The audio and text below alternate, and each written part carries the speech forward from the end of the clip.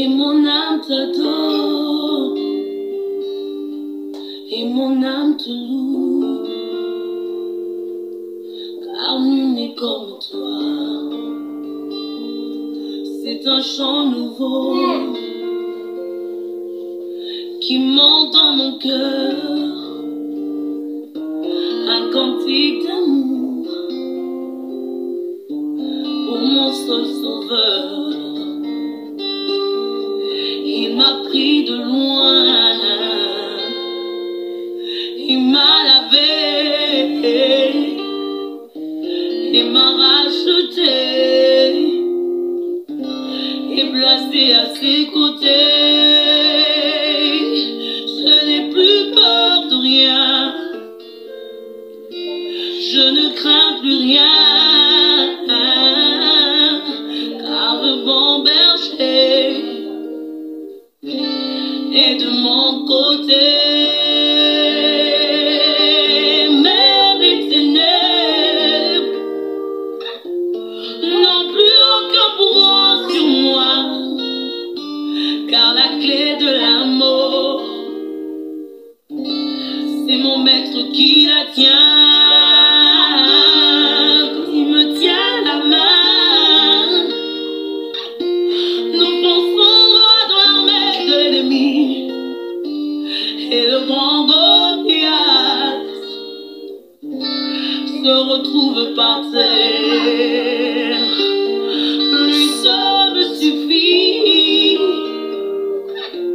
lui seul est tout pour moi. Quand je ne sais comment dire, je me mets à chanter. L'Éternel est bon, l'Éternel est bon, l'Éternel est bon, il est bon pour moi. L'Éternel est bon, l'Éternel est bon, l'Éternel est bon, il est bon pour moi. C'est monté. Éternel mon Père, je te bénis, je te loue, car Seigneur, je sais que sans toi, Seigneur, ma vie n'est rien. C'est toi seul qui détiens ma vie. C'est toi qui as le dernier mot dans tout ce que je fais. Je te remets ces temps, Seigneur, Père éternel, que je vais passer, Seigneur, au Père, sur cette vidéo, Seigneur. Père, je te prie d'être au contrôle de tout ce qui sera fait, de tout ce qui sera dit. Que toi seul, Seigneur, siège pendant ces moments, Seigneur, et que tu agisses, Seigneur, Père éternel. Que tous ceux qui vont, Seigneur, me suivre, Seigneur, Père éternel, soient touchés par ce témoignage, Seigneur, que tu me fais grâce de faire ce soir, Seigneur. Que l'honneur, la louange te reviennent, Seigneur. Toi seul connais le nombre de personnes qui vont suivre cette vidéo. Papa, que ces personnes, Seigneur, ne soient plus les mêmes. Après avoir suivi cette vidéo, Seigneur, que ta main puissante, Seigneur, agisse à travers les cœurs, Seigneur, Père éternel, qui vont s'ouvrir à toi, Seigneur, après avoir entendu ce témoignage, Seigneur. Que la gloire, l'honneur et la louange te reviennent, Seigneur, au nom de ton Fils bien-aimé, notre Sauveur, Père. Amen. Bien-aimés dans le Seigneur, je vous lance un grand samba pour toute personne qui me suit en ce moment. Beaucoup de gens pensent que le mot samba veut simplement dire bonjour. Non, ce mot est un grand mot. Samba, c'est le 7e jour du Seigneur. Le jour du Seigneur, le jour que le Seigneur a choisi pour son peuple. Pour ceux qui réellement sont choisis pour le servir. C'est ce jour-là qu'on appelle samba. Mais dans nos langues, par exemple, ici en Afrique centrale, la plupart des gens se saluent en disant samba. Lorsqu'on s'embrasse, on dit samba. Or, samba veut simplement dire le bonjour, bonjour à tous, bonjour mon frère. C'est ce que ce mot veut dire. Mais Samba est également le véritable jour du Seigneur. Bref, j'aimerais témoigner ce soir. Je suis votre sœur bien-aimée, Christelle depuis Libreville au Gabon. J'aimerais encourager les femmes en ce jour par mon témoignage, par rapport à ce que j'ai vécu dans mon couple. Je sais que beaucoup me suivent en ce moment et je crois par la grâce du Seigneur qu'après avoir suivi ce témoignage, beaucoup de choses vont se passer dans la vie de plusieurs d'entre vous. Bien, mon histoire est très longue, mais par la grâce du Seigneur, je vais essayer de la raccourcir pour ne pas être trop longue, pour fatiguer les gens. Je ne vais pas être très longue, mais le Seigneur nous fera grâce de pouvoir vraiment être édifiés, vous et moi.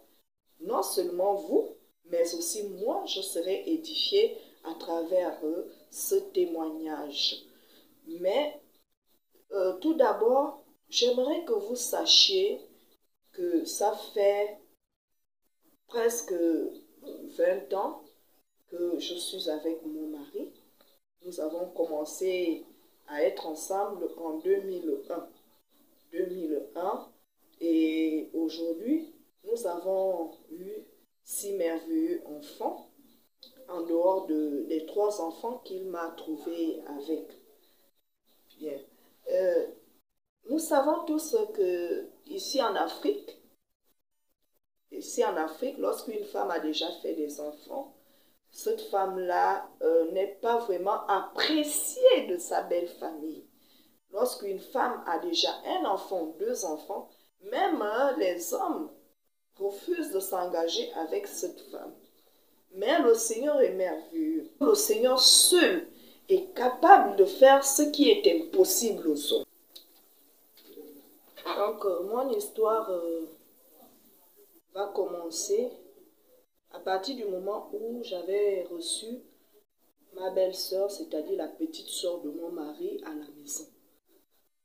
Donc, lorsque cette dernière s'est installée à la maison, moi, je ne savais pas qu'elle ne m'appréciait pas.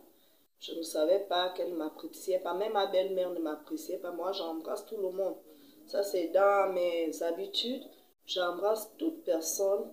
Même les gens qui me détestent, je les embrasse. Ce qui fait que j'étais consciente que c'est ma belle-sœur, la petite sœur de mon mari. Donc, je ne pouvais pas refuser de l'accepter dans ma maison. C'est comme ça que nous l'avions reçue à la maison. Mais elle, dans sa tête, elle avait un objectif. L'objectif, c'était pour venir tout faire pour me faire partie de la maison. Et ce n'était même pas seulement elle. Parce qu'en dehors d'elle, il y avait d'autres personnes qui se sont associées à elle, qui faisaient vraiment des programmes, des projets pour que je puisse partir de la maison. Et c'est là où ma souffrance va commencer. C'est là où les problèmes vont commencer dans mon foyer. Je vous assure qu'elle ne faisait pas n'importe quelle sœur pour mon mari. C'était sa sœur bien-aimée. C'était la plus aimée de mon mari. Je peux même dire que mon mari l'aimait même plus que sa propre maman. Donc, quand cette belle-sœur-là s'est installée dans ma maison, on a commencé à avoir des disputes qui finissaient par les bagarres. Et moi, en général, je n'aime pas trop parler. Au départ, je ne répondais pas. Lorsque mon mari commençait à se fâcher, il parlait, je ne répondais pas. Et ça l'énervait.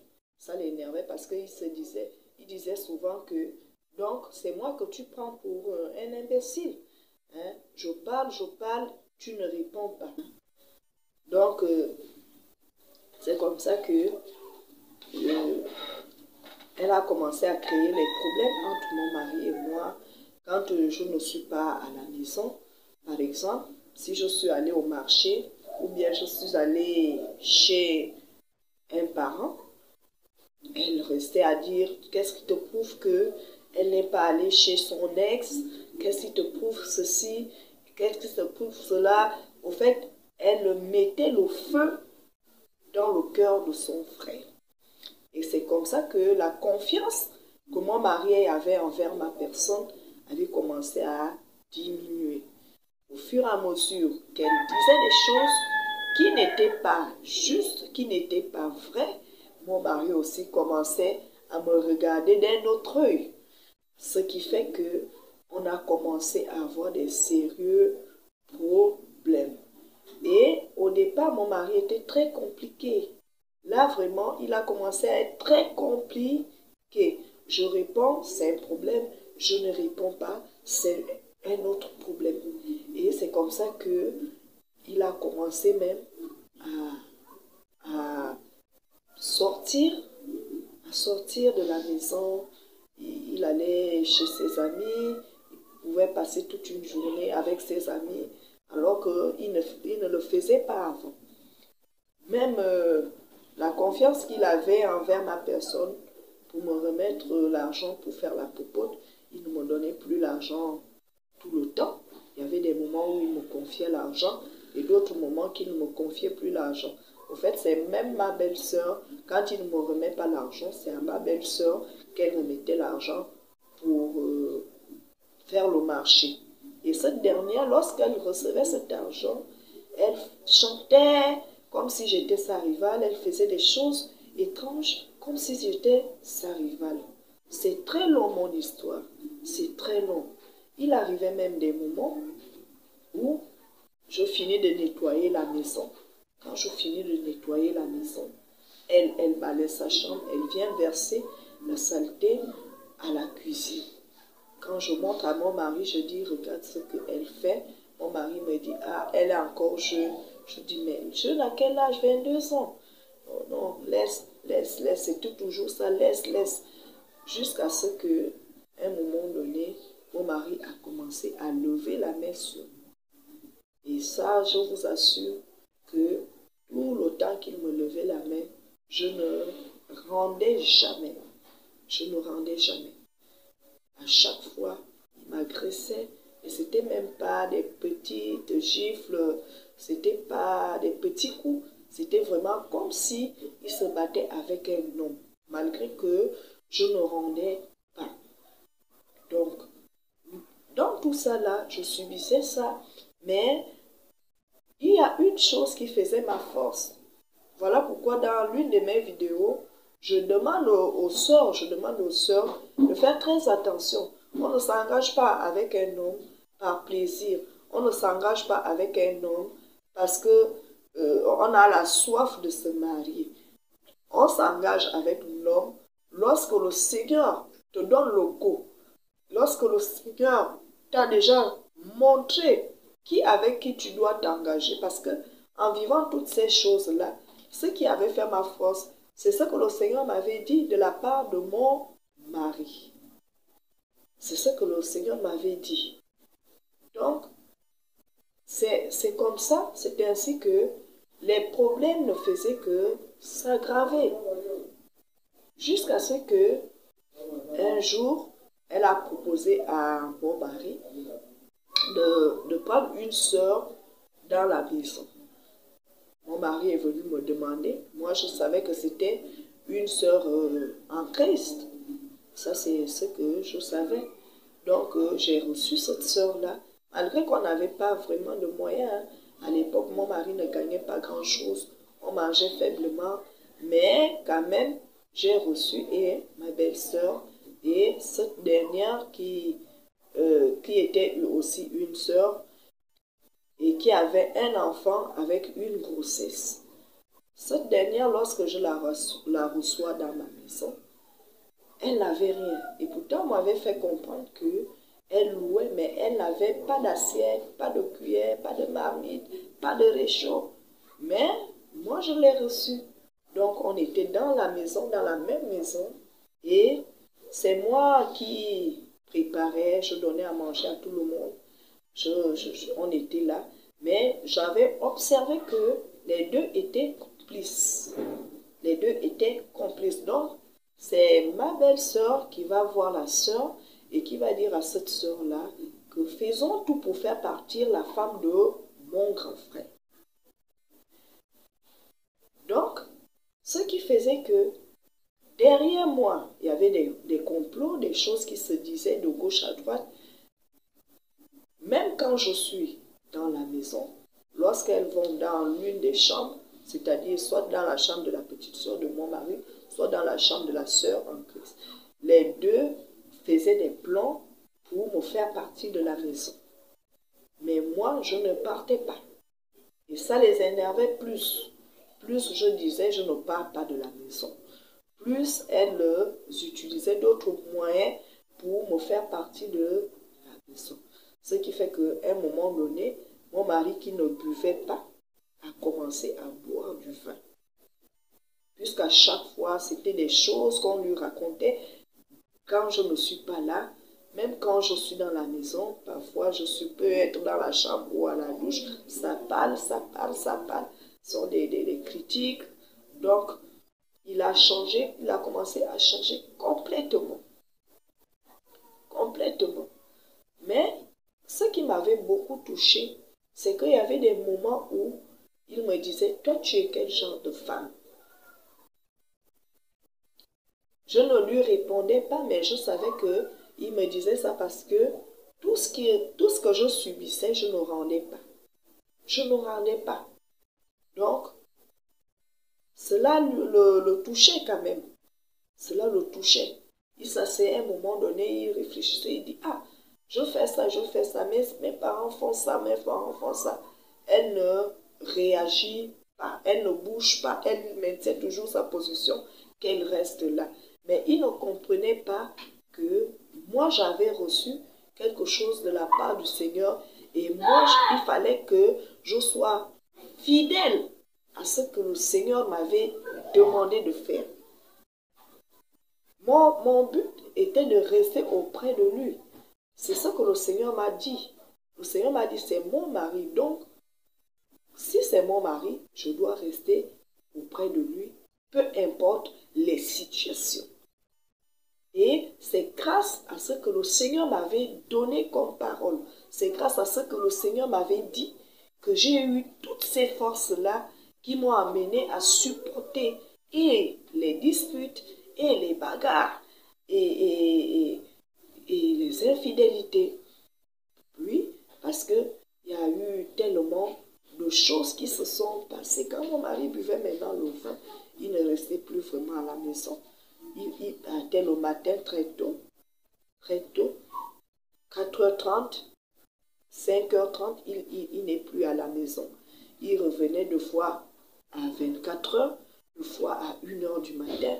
Et pourtant, on priait tous, on tenait tous la Bible. Mais il est arrivé que pendant ces moments où il n'écoutait plus que ce que ses sœurs disaient, ses parents disaient, ces moments-là, il a commencé à boire, à vivre dans le désordre comme un homme qui n'avait jamais connu le Seigneur. Après avoir fait tout ce qu'il fallait, selon eux, pour que je parte de la maison, ils ont eu un dernier recours. Le dernier recours, c'était de me mettre en rivalité. C'est-à-dire, il fallait que mon mari prenne une autre femme, ou j'accepte la rivalité, ou je parte de la maison. Sachant très bien que cela fait très mal dans le cœur d'une femme, et qu'une femme ne peut supporter la rivalité. Ça, c'était le dernier recours. Mais malgré cela, je suis restée. Je ne suis pas partie de la maison. Je suis restée là. J'ai dit, je ne bouge pas. Mais je priais toujours le Seigneur, afin que le Seigneur puisse toucher le cœur de mon mari. Mais tout en lui rappelant ses promesses. Et c'est comme ça que mon mari est resté dehors pendant plus d'1 an. Je suis restée seule avec 8 enfants et la grossesse, j'ai accouché, j'ai bien accouché. Tout s'est bien passé. Quand j'apprends maintenant que mon mari devait se marier, cela m'a fait mal, c'est vrai. Mais je suis restée toujours dans la prière. Je n'ai pas réagi, je n'ai pas cherché à savoir avec qui il allait se marier, avec qui il vit. Je n'ai pas cherché à savoir, mais je suis restée dans la prière, sachant très bien que le Seigneur m'avait dit quelque chose le concernant. Le Seigneur m'avait dit que c'est mon mari, et dans mon cœur, j'ai toujours gardé dans mon cœur que c'est mon mari. Et un jour, le Seigneur va le changer. Parfois, je faisais des jeûnes et je comprenais un certain nombre de choses. Je comprenais que ce n'est pas lui-même qui veut faire ce genre de choses, ce sont les gens qui lui poussent à faire un certain nombre de choses. Par exemple, les conseils donnés par les amis, les conseils donnés par les parents, parce que ces gens-là ne voulaient pas que je sois avec lui. Et les amis, il y avait certains de ces amis qui m'appréciaient beaucoup, et peu ne m'appréciaient pas. Donc, quand ils faisaient des choses, ils faisaient des sorties, par exemple, avec ces amis qui ne m'appréciaient pas, il faisait expressément de le retenir jusqu'aux heures tardives, pour qu'il y ait des clashs entre lui et moi. Mais quand il rentrait, il trouvait toujours que moi, je ne faisais pas de clash. Après avoir fait tout ce qu'ils avaient eu à compléter contre moi, ils ont vu que j'étais toujours ferme dans ma position. C'est comme ça que, un beau jour, mon mari, après 2 ans, lui-même, il a demandé à ce que je vienne le chercher là où il était, parce que ça n'allait pas là-bas. Ça n'allait pas. Même là où il était parti, c'était la guerre là-bas. C'était le feu. Donc, il n'a pas pu supporter. Obligé de m'appeler pour que j'aille le chercher. Et je lui ai dit, viens, comme tu es parti. Donc, en rentrant, quand il est rentré, il est venu avec son ami. Et quand il est revenu, je l'ai bien accueilli, je l'ai bien reçu, je ne lui ai rien demandé. Et c'est lui-même qui a commencé même à voiler ce qui se passait pendant qu'il était dehors. C'est lui-même. Donc il a commencé à me refléter un peu la situation avec la femme qu'il avait pris. Ça n'allait pas jusqu'à ce qu'il est rentré à la maison. Et il pouvait dire que le Seigneur l'a giflé. Il était têtu. Il ne voulait plus rentrer à la maison. Il ne pouvait plus. Il disait qu'il avait juré qu'il ne mettrait plus les pieds là où je suis. Et pourtant, je suis dans sa maison. Mais il avait juré qu'il ne mettra plus les pieds là où je me trouve. Et c'est lui-même qui a confessé que c'est le Seigneur qui l'a giflé. Le Seigneur lui a donné une bonne gifle. C'est à cause de ça qu'il est rentré. Depuis qu'il est rentré, jusqu'à présent, nous sommes dans la paix. Nous sommes dans la tranquillité. Il n'y a plus les bagarres. Il n'y a plus les disputes. Il y a souvent les malentendus, mais ça ne dégénère plus comme avant. Parfois, il peut arriver qu'il dit quelque chose et moi je n'apprécie pas. Je lui dis, voilà ce que tu as dit et c'est pas comme ça que ça doit être. Donc on finit là sans qu'il y ait des discussions, sans qu'il y ait du bruit. Et nous faisons vraiment beaucoup d'efforts à ce niveau pour ne plus ouvrir les portes à Satan dans notre maison. Donc, depuis même qu'il est venu, vous-même vous voyez, la maison a changé. tout a changé. Il y a la paix dans notre maison. Et c'est même après son retour que nous allons maintenant découvrir que nous devons aussi observer les lois de Moïse. Parce que nous nous battions seulement à suivre les commandements, les 10 commandements du Seigneur. Mais depuis que on essaye d'observer les lois de Moïse, beaucoup de choses se passent dans nos vies. Malgré qu'il ne travaille pas, il a quand même des entrées d'argent, même si c'est après 4 mois, il a des entrées d'argent. Quand il a cet argent-là, on fait le marché. Les gens qui connaissent, qui me connaissent et qui ont vu comment on était auparavant, bien avant qu'ils ne rentrent à la maison. Ces gens-là, quand ils arrivent à la maison, ils sont vraiment étonnés de voir la gloire dans ma maison, de voir combien de fois on est à l'aise, même si il y a des moments où il n'a pas d'argent, mais le Seigneur fait grâce. Le Seigneur fait grâce. Qu'on mange tous les jours. Le Seigneur fait grâce. Mais j'aimerais dire une chose. Tout ce qui se passait là, c'est le Seigneur qui est au contrôle de tout. Et c'est le Seigneur qui permettait ces situations-là, non seulement pour l'enseigner, mais aussi pour le fortifier, pour le faire changer. Parce que s'il n'avait pas traversé ces situations, il ne devait pas changer. Et moi aussi, de mon côté, le Seigneur m'enseignait. Le Seigneur m'enseignait. Il m'a ouvert les yeux à dans plusieurs points. Il m'a ouvert les yeux. Il m'a fortifié encore plus.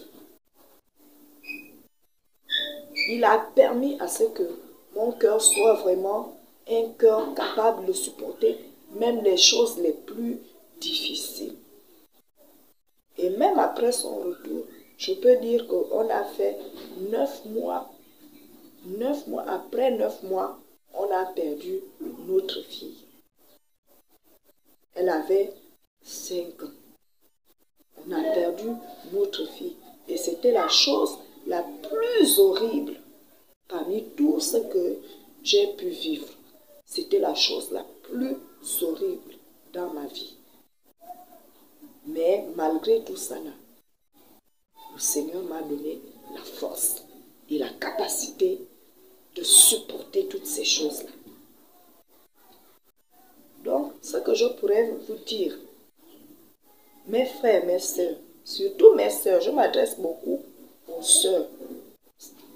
Pendant tout ce temps, les 4 choses qui ont fait en sorte que je sois victorieuse dans mon foyer, que je sois victorieuse malgré les vents et tempêtes, malgré tout ce que j'ai pu traverser. Ce qui a fait en sorte que je reste ferme dans ma position, c'est premièrement la confiance totale. La confiance totale que j'ai envers mon Seigneur, envers Tata Nzambe, notre Seigneur. C'était ça d'abord. Parce qu'il m'avait parlé. Et je restais ferme dans ce qu'il m'a dit. Premièrement. Deuxièmement, il y a l'amour. L'amour, non seulement l'amour pour le Seigneur, mais aussi l'amour pour mon mari. L'amour pour mon prochain.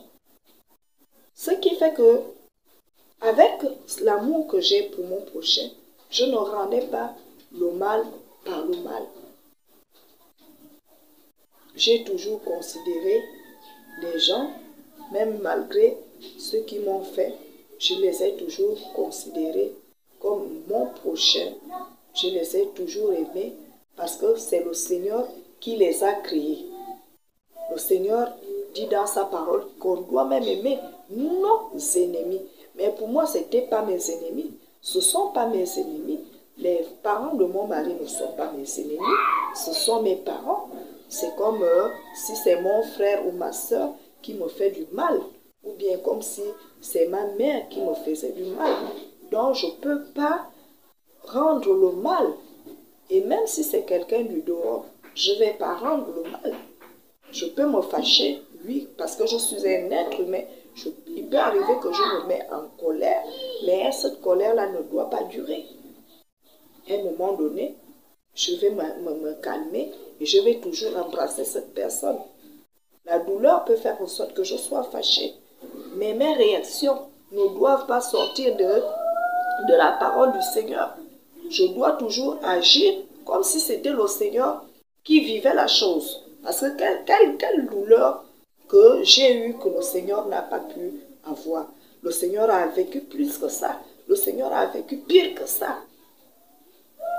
Donc, l'amour envers mon prochain faisait en sorte que je ne puisse pas rendre, mais que plutôt je puisse m'asseoir et réfléchir et essayer de les comprendre. Parce que quelque part, même s'ils agissaient, ils agissaient mal, quelque part, il y avait une raison qui les mettait hors d'eux, ou bien qui faisait en sorte qu'ils puissent chercher des voies et moyens pour me faire partir de la maison. Déjà, premièrement, parce que j'avais 3 enfants, et les gens n'acceptent pas vraiment les 3 enfants. Deuxièmement, parce qu'ils jugeaient bon que nous ne sommes pas de la même tribu. Donc pour eux, ils voulaient que leur fils puisse avoir une femme de la même tribu qu'eux. Troisièmement, et ce qui fait vraiment en sorte que les choses puissent être encore plus graves, c'est parce que ma belle-mère avait eu une rivale qui est de la même ethnie que moi. Donc du coup, pour elle, les filles ne sont pas des bonnes filles. Donc c'est tout ça là qu'ils avaient comme raison. Et moi je comprenais, effectivement je me mettais beaucoup plus à la place de ma belle-mère, que si moi aussi j'étais une femme, est-ce que je pouvais facilement, ou bien je pourrais facilement accepter une femme qui est d'une tribu qui va faire souffrir? C'est pas facile. Il n'y a que la grâce du Seigneur. Donc c'est tout ça là qui faisait ma force, de comprendre les réactions des autres.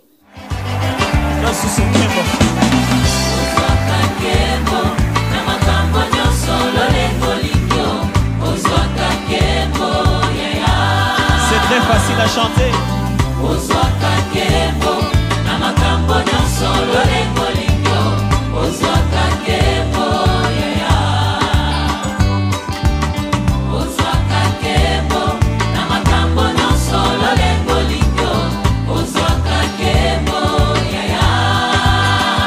On y va.